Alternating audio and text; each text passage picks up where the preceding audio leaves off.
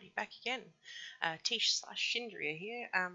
I finished building the town basically, so I'll give you a quick idea of how it looks now. I think the easiest way to show you is actually using the map. I did mainly follow the diagram that I mentioned that's on the Minecolonies Discord that AravanFox did, but I changed it to use the smaller university and hospital just in this instance because I've been hammering home how much easier it is to use the chunk borders if you're not used to it, and the larger university and hospital both throw the chunk alignment out, which I'll show you a little bit later. So here on the map you can see this here is your inner ring of buildings, and around there is your main outer ring. Kind of encircles the inner ring completely. If you can use encircles as a world word for in squares, maybe? I don't know. Encircles will do. So this is your major outer ring of buildings here, completely encircling the inner ring. And then you have two minor extra circles on the outsides. This one up the top here is your agricultural area. We've got your farms and your shepherd and your cowboy and so forth. And this one is a residential where it's basically just housing with a school and a restaurant as well. Now for the main inner ring, you do leave some gaps here. A gap here, a gap here, and a gap here. And those three gaps are for gates, so that you can still have the walls going all the way around the outside here, but a way to get through into the other little minor circles. So I'll go and give you a bit of a flyover there and show you what that looks like.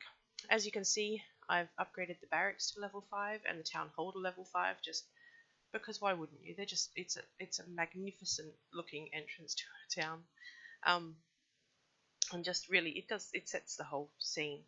This corner here, I've just upgraded most of these buildings here to level 5 so that you can see how the wall looks once it's all upgraded. It's pretty imposing looking, really. It's yeah, quite big. Anyway, I've also put just a couple of decorations in the middle here to show you how you fill in these spaces. These spaces here, sort of between the inner ring and the outer ring, is usually just decorations or fields or whatever you want, really. This is the first of the gates going through to the agricultural area. Now the gates are slightly special case. They don't line up with the chunks. Well, at least I found it easier to line them up with the railway. So I actually, as I was placing the gate, I'll show you here, gate.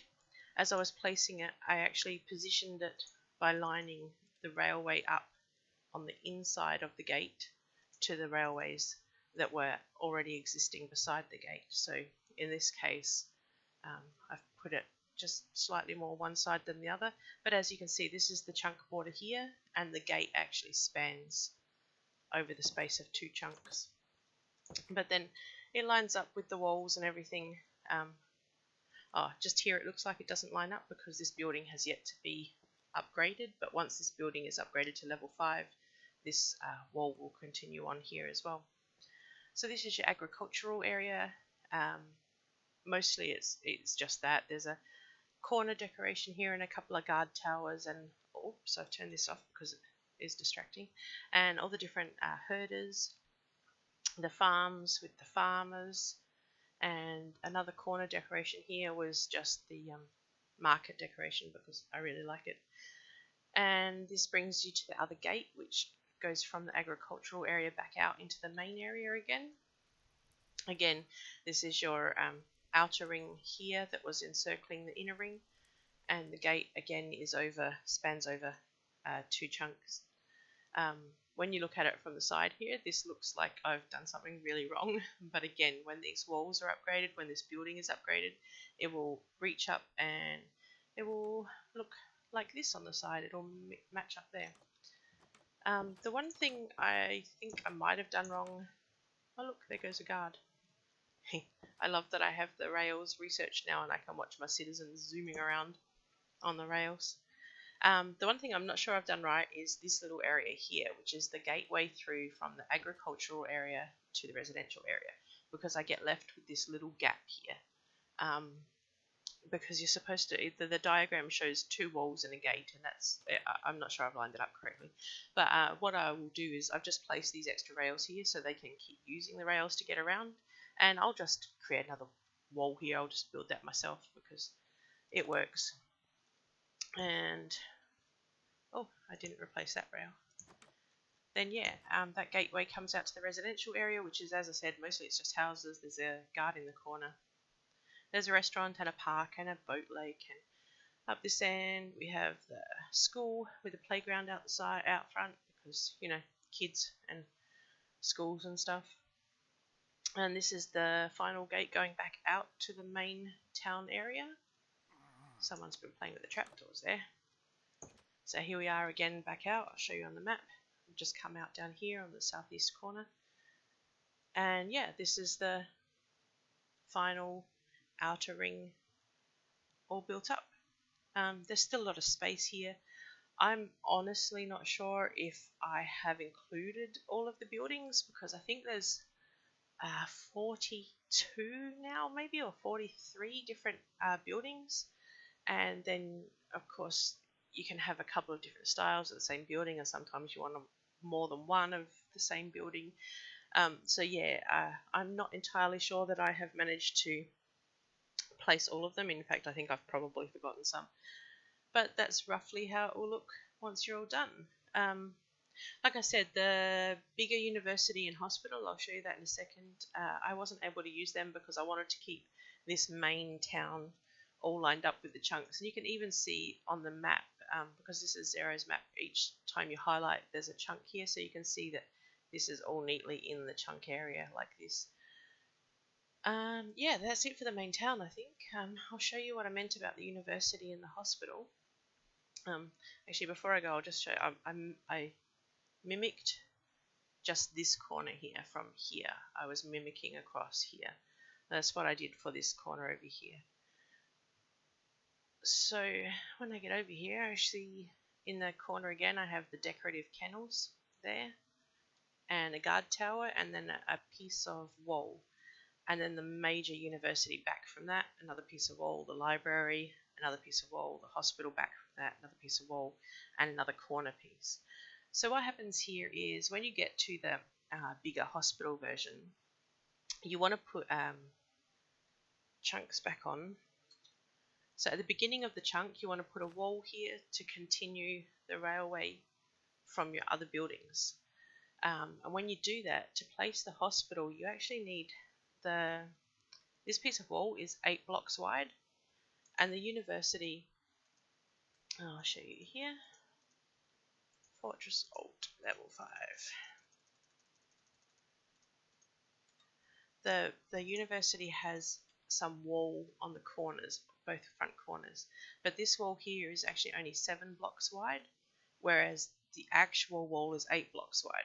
So you end up with either, if you want to put a wall in front of it, you either put it so that it's hanging over this front bit by one, or you move the university 1 block into another chunk, which is the preferred way to do it for me, at least, because that way it's not so unattractive. So here you can see the wall is lined up with the chunk border here, but when I come out this side, the university is actually in one. See here, it's actually in 1 block from the chunk border, and then it still takes up the same amount of space. So when it finishes, it also finishes in 1 block from the chunk border.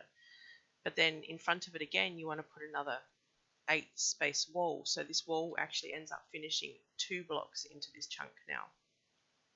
And then you put your normal building, your library in, which also now of course will end 2 blocks into the chunk as well, because the university has thrown everything off by 2 blocks.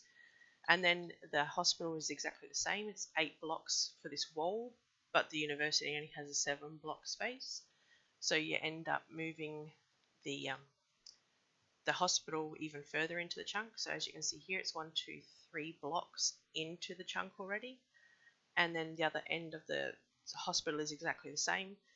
You want your wall to come 8 blocks, the university is only 7, so the wall actually ends up being finishing here, which is 4 blocks into the chunk.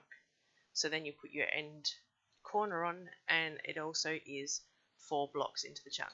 So using the larger university and hospital just throws the alignment off a little. It's fine once you get used to the idea. I use this style myself and I prefer the larger buildings.